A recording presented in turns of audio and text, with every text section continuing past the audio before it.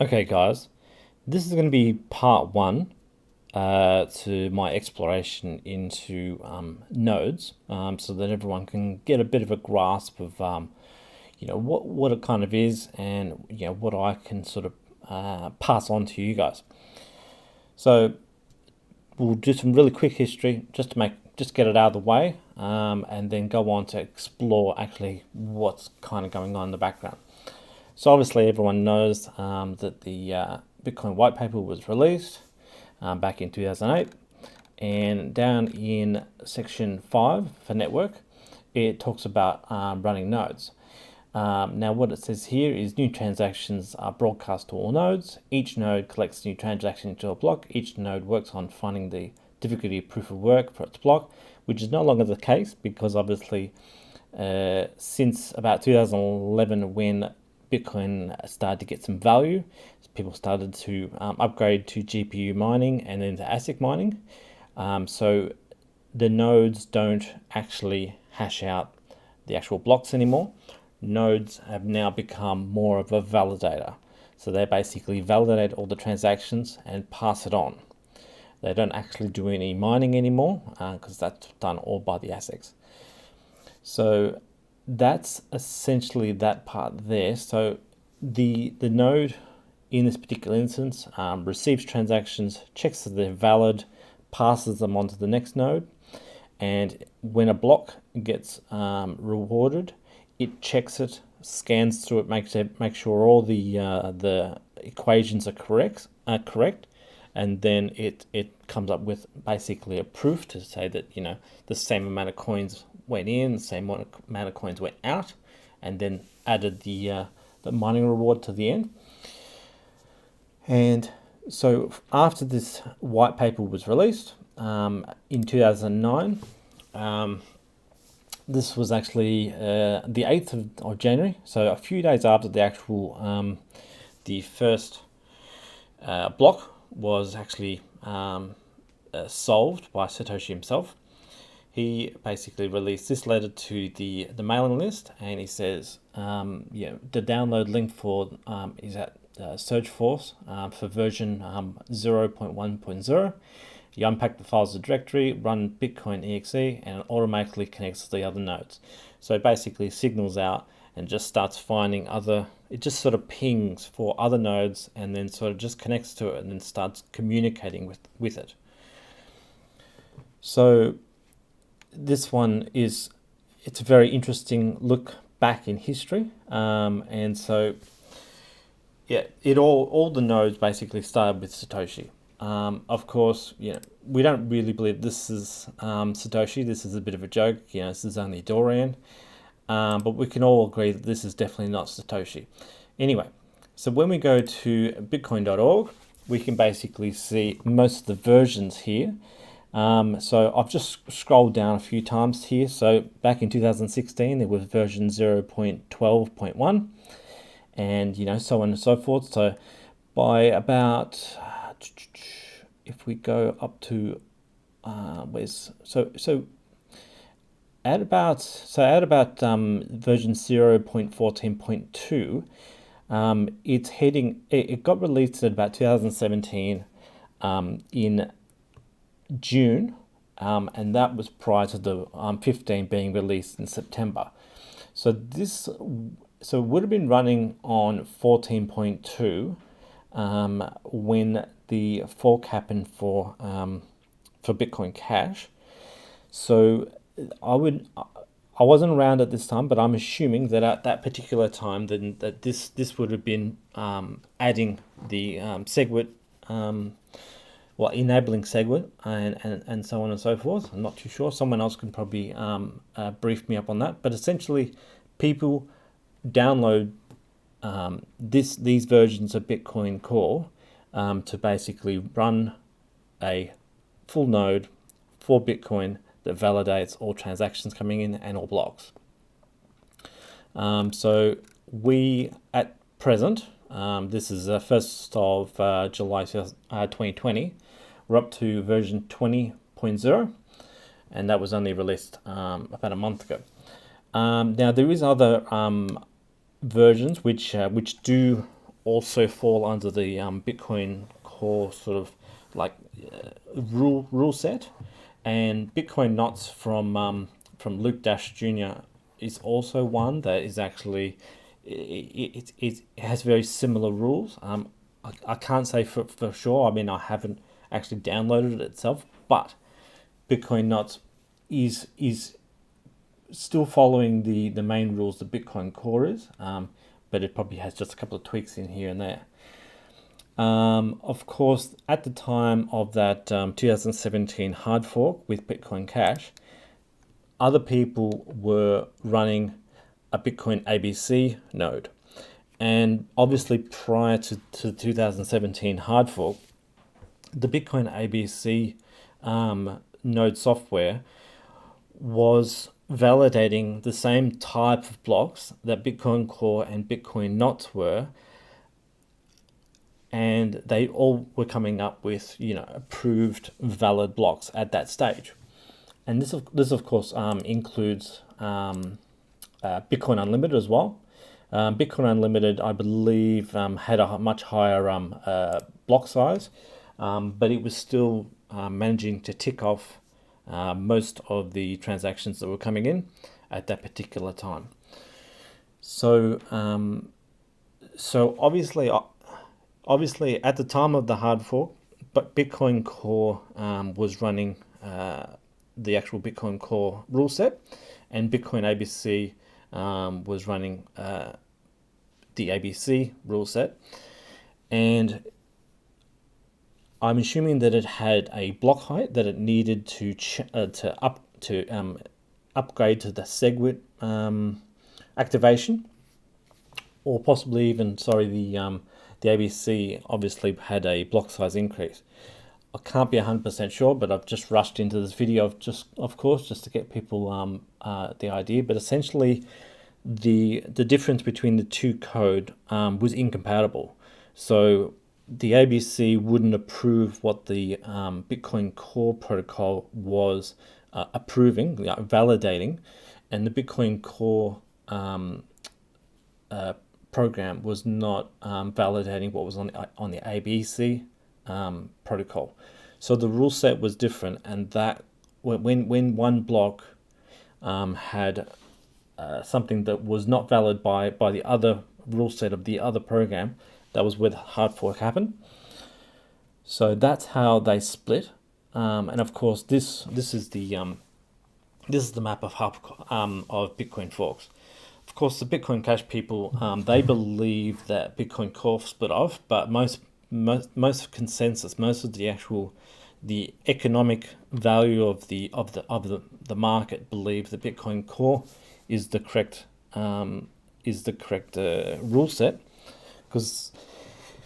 and so as you can see here, the Bitcoin ABC forked off and then chose its own path, whereas most people in Bitcoin believe that Bitcoin Core was the correct rule set all along, and it was the approved rule set that everyone was wished to follow, and that was the nodes they run. So the majority of people started running the Bitcoin Core nodes, and that was what pushed Bitcoin Core forward, and basically validated all those blocks. So once again, this is Bitcoin Unlimited. So most of these things you basically got to download, and you can download the actual software. So just like up here, download binaries. Haven't really done that one before. Bitcoin Knots, you obviously click on whatever setup you have over here, and of course when it comes to Bitcoin Core itself, so let's go to download. So you could just basically click one of these here, so Windows, Mac, Linux, etc.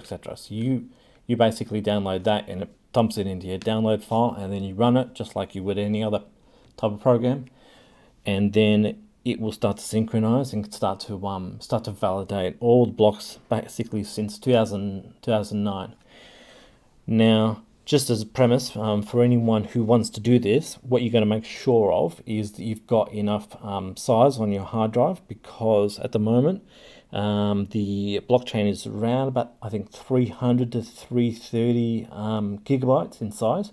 So you've got to make sure that wherever you target the blocks to be saved, you need a hard drive that is as big as 300 gigabytes or bigger, because obviously as time will go on, it will get larger and larger and larger as it gathers more blocks.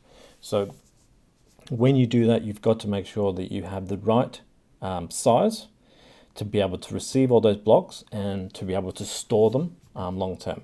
Now, keep in mind that if that's too big for you, if you don't want to be a fully validating node, that you can, what's the word for it? Sorry again. I'll come back to it. Prune is the word. So you can prune the blockchain. So basically, what is in the white paper is a part where it talks about reclaiming disk space on number 7 here. So effectively, while you've got while the full validating node has all of this material, all the hashes and all the transactions and the root hash and the block header, when you prune a node, you can basically keep the block header and just the root hash and maybe one or two other hashes, and then just discard the rest, because the computation actually in the root hash, you'll be able to unfold it and then be able to get a visual of everything that was below it, and it all checks out. So the actual hash in each block checks, and everything links up nicely. There's no it doesn't come up with any errors. So when you sort of reclaim that disk space, you can basically crunch down that 300 gigabyte down to something that's like about, I don't know, 10 gigabyte or something like that. So it can be really, really small, but you need to validate the actual blocks first, and then prune off the main transactions to keep the disk space low.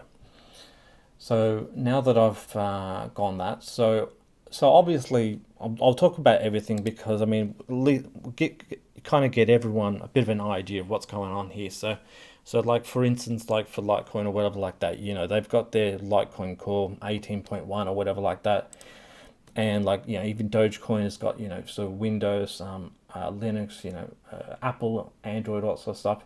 So you can basically download that sort of stuff, and if I personally don't mind sort of downloading some of these things, because Dogecoin's only about 30 gigabyte anyway, so it's quite small, and you can have a bit of a muck around with it if you just want to play with things, really. So this is a blockchain. I really love this website. I think it's really good. It's got the best data out there to read, and I mean, so long as you're just clicking on things and having a bit of a look, you're not necessarily leaking any of your actual transaction data to them. You can basically look at a whole bunch of stuff. So it's really, really good like that. So I'll just click on Bitcoin here. And when you go to over onto the right here under miscellaneous, you've got Node Explorer. So if you click on that, we'll load up. Okay, so over here you can see node versions. Now this is similar to these node versions are similar to what I was showing you on this website here. So we've got where is it? Forget about it.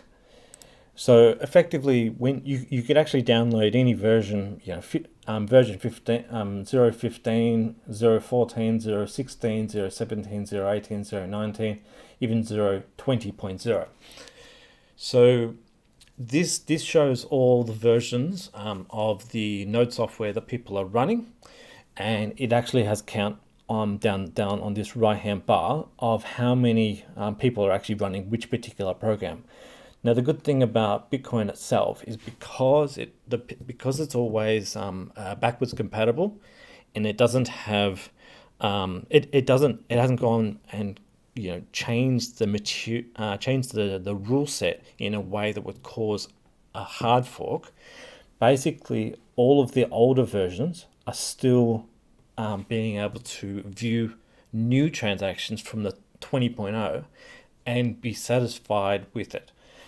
Keep in mind that some of the ones which were pre-SegWit, they are not recognizing the SegWit transactions correctly, but when they look at the rule set, it appears that it's still kind of correct. So even though the signatures have been moved into the block header, it still sees the transactions and it still believes that they are valid because it just looks at the general rule set and it believes that it's correct.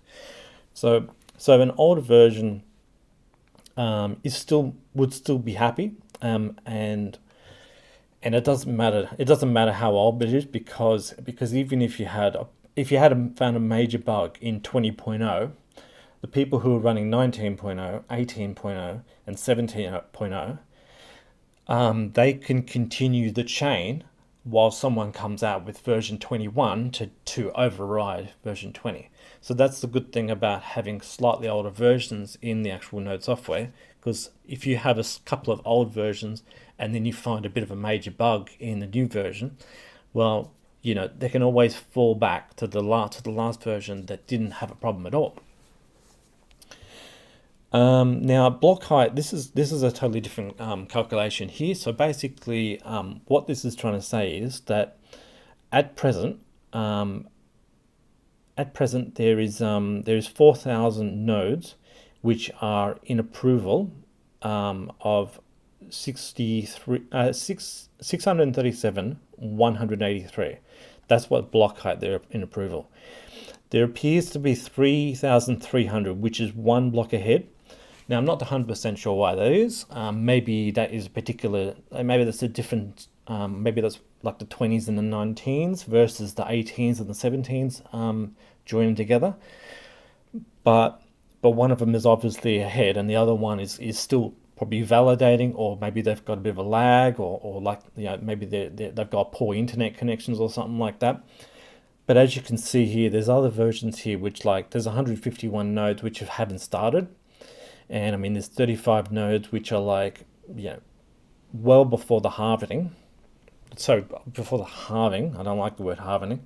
And there's like 33 which is past the halving, another 19 here. So generally these guys are like just a few blocks behind, not too far behind, but there is also some which have been lost way back, and there's some which have just not even started at all. And you can obviously see that on this chart over here. So at least a half of the actual nodes here are up to 183, and about about like 40% of them are about one block ahead.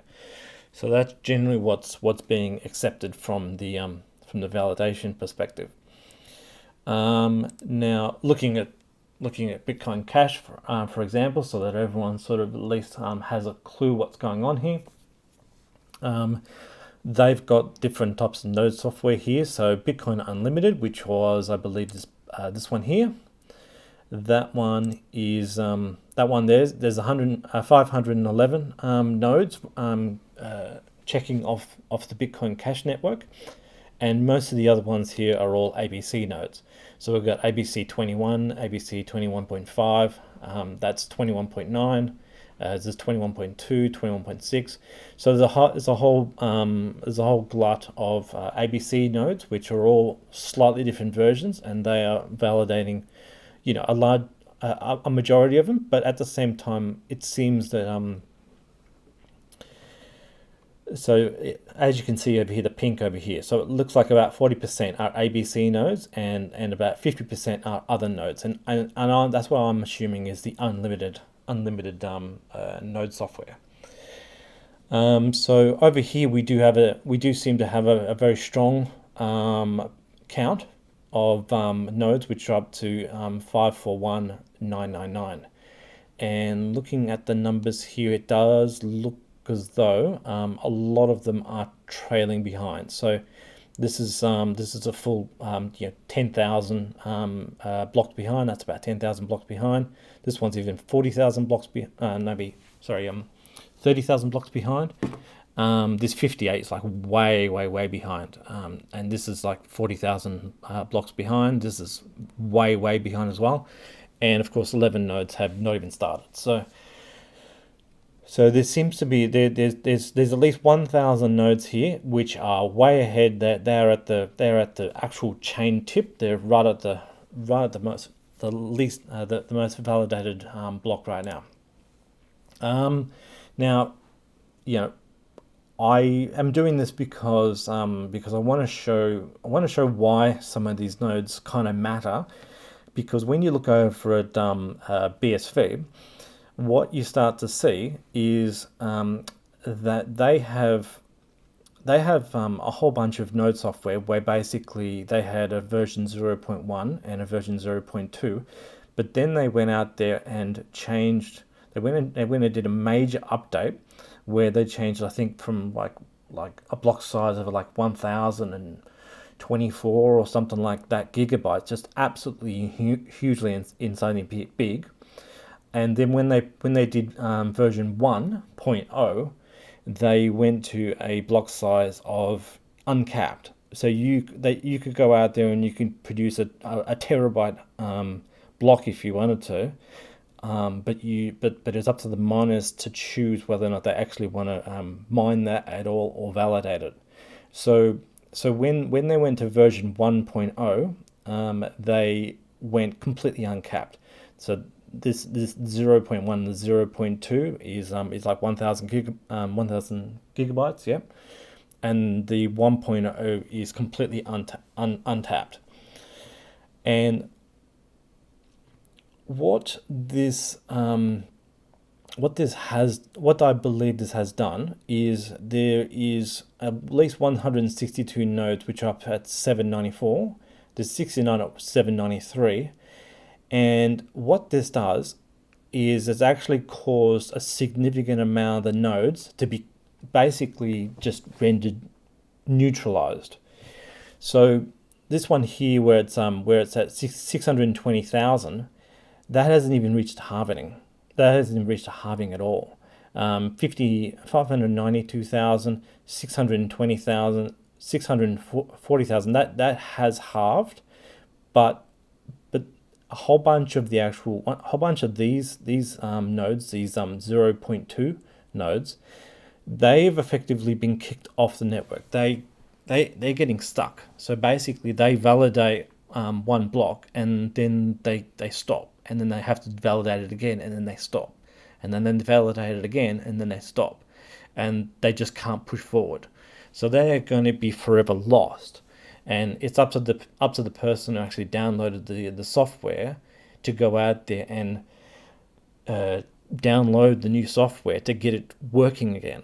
And so that's the danger of producing a rule set which will cause a hard fork. So these the ones that had that cap limit, because they no longer followed the rule set before, they have stopped, and the one that have the unlimited rule set, they've pressed on, and I've seen the tweets from the BSV guys. They say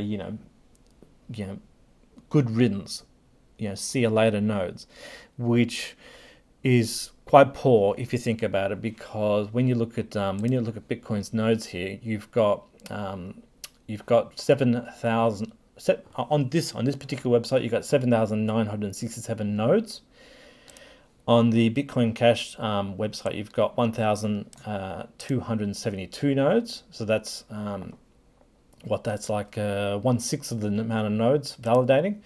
And on Bitcoin SV, you've only got 326 nodes, and not even the 326 nodes are actually up to date.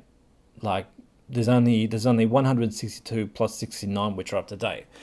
So that's roughly like 230, 240 nodes which are up to date. So there's a significant amount of nodes which have been sort of like been left to die in a barren desert, and this is why having, having your node software up to date is one thing, but for the developers to not go out there and write code which is going to end up kicking off most of the nodes off the network. Now, just for the sakes of it, just looking at Litecoin here, they've got 1,557 nodes which are active right now. And we've got 223, 228. These ones are a bit dead. They're dead. This one's not that far behind, but these two are dead here. And I mean, there are only 9 here. So we've got 1,045. We've got 108. So there's a large majority, as you can see here. It's almost 75%, maybe 80%, which are in sync, or at least very close to the chain tip. Now, at 1,557 nodes, it's currently got more nodes than Bitcoin Cash, and well, that's laughable. Anyway, there's no point talking about that, because 240 or 300 nodes is, they're certainly not up to Litecoin's amount of nodes. Now, for the sake of it, here's Dogecoin's nodes. They're at 473, so they are lower. They are currently lower than Litecoin's right now. And you've got 737, 734. This one is way ahead, which is a bit of an interesting one. These 30 nodes is way ahead, and this one here, these 6 nodes, are way ahead as well. But these are back similar to these guys as well. So I'm not 100% sure what's going on there. I'd be curious to see what a Dogecoiner tells me about that sort of stuff. But it does seem as if there's a couple of nodes which are just leading ahead of the validation of the blockchain, and there's the majority of them which are trailing right behind. So that's a bit of a concern. I'd be a bit worried that these guys. I'm assuming that they haven't. Maybe they have stopped. Yeah, because that's See, that's 3,683,000, whereas this is 3,294,000. So that is like, that's a good what is it? Probably 300,000 blocks behind. So these guys, it does seem as if these guys have been stuck for a long time. And these guys, these 30 nodes, these 6 nodes here, let's see if there's any other ones. 999. This is, I don't know what's going on here. This one is way too far ahead. That's really weird. But it looks like a lot of nodes got stuck at 3,294,000. So it seems like at the moment, if it is the case that maybe Dogecoin is really only getting validated by 36 nodes. So yeah, I would like at least maybe Sabotage Beats to jump in and maybe tell me where his node is and tell me what he thinks is actually going on there. So that's a curious thing. Anyway, and of course I've just pulled up this one. So this is like the ultimate of shitcoins. I don't even know how to pronounce it. It's like Groeskel coin or some bull crap like that. But anyway, at 116 nodes, it's boring. But anyway, so that's the difference between having Bitcoin basically having 7,000 nodes being heard by this particular website, and a shitcoin which has basically 116 nodes. So what do we got over here? So next tab here. So I thought I'd just throw this one in there just to make sure that I covered everyone at least. So the current Ethereum mainnet statistics show here that 77% are Geth nodes, and there's about 15% which are parity nodes. So I haven't really heard about the other ones before, but obviously they're covering a little bit of the network there. But as you can see there, Geth seems to be covering all of the Ethereum system. And so we've got countries. So we've got a majority in United States and America. So there's enough. Seven, 8,000 is up there sort of with Bitcoin right now. So that's, yeah, I guess it's pretty good. But at the same time, okay, so this is an interesting statistic right here. So you've got 6,000, which are actually currently in sync, and you've got 1,800, which are currently syncing right now. So maybe they're trying to get up to date, or maybe they're actually stuck. So not too sure, but either way, you got 6,177, which are actually in sync. Now, BitNodes is a really good website where you can actually see the spread of all Bitcoin nodes here. So there's about 2,200 nodes, which are probably on Tor or something like that. So you can't actually see them at all, but there's a large majority in the United States, Germany, France, Netherlands, etc. It's like that. So it's basically spread around. So this is the basis of what I believe is real decentralization. I mean, when people say, oh, all the mining is in China, that's not decentralized. Well, I don't really consider the mining aspect to really be the most important part of the decentralization. I consider now that I've become, I understand it a bit more. I believe that having node software around the world, that is the part that's more decentralized, because if any particular side of the world was to, like, say, have an EMP and knock out all the power for one particular side, the rest of the world will still have a valid copy of the blockchain up to the last, up to the chain tip, and you'll be able to kickstart it and then continue it on, and the beast will just not stop. And that's where I consider, having node software which has the last block validated and stored on their hard drive. That's the part that you can't kill. That's the most important part. I don't believe it's the actual mining. Mining is a good component if it is spread out and if there's lots of pools doing it. But I believe that having a node with the last block, fully validated and being propagated around the world, being sent from propagation being sent from America to Europe to South America to Asia to Australia to South Africa, back to America, all that sort of stuff. Getting that spread flying around the world and traveling across the wires. I've spoke to someone. They say it's at the speed of light, so it kicks around at the speed of light. It's just it's the download and the upload of the actual blocks, and the download of and upload of the actual transactions, which is the part which gets slower, and the validation of small blocks versus the validation of big blocks. So you can validate a relatively small block in about half a second, whereas you have to, it could take up to 7 seconds to validate like a block which is, say, 8 or I think 32 megabytes or something like that. So it takes like roughly 7 seconds to validate a 32 megabyte block, which basically means that there's that little slither of time that the miner is not hashing for the new reward.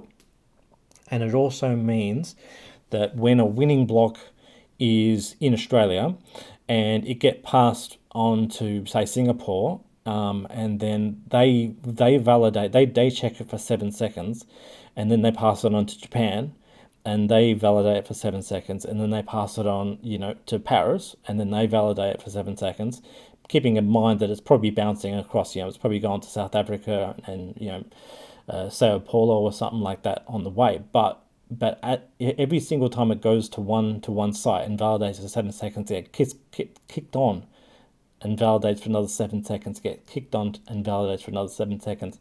There's delays in that. If you count that up on the chain across all the way over to the other side of to, say, New York, it's probably slowed down 40-50 seconds. That's like 1/10 of, like, a solved block, because every block's 10 minutes. So if you've lost a full minute in getting it from one side of the planet to the other, then that's a loss in time. It's got more chance that the miner is not going to bother to stack the new mine on top of its header.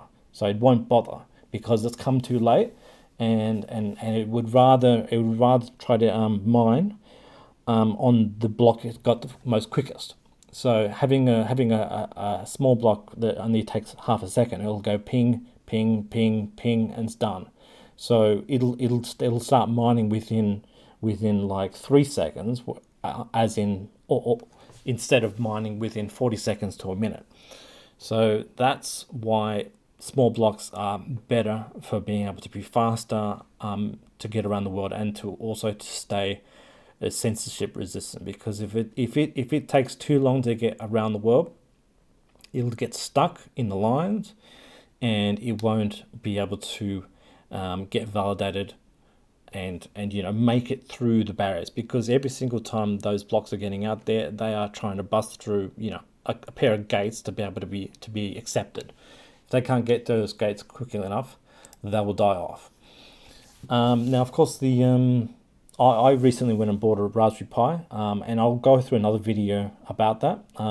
But effectively, I downloaded the MyNode, and I went and bought a whole bunch of Raspberry Pi kits, and put it all together, and basically got it on there, synchronized the blockchain. It downloaded a majority of the blockchain from the other nodes in its full condition first, and then validated all the recent blocks.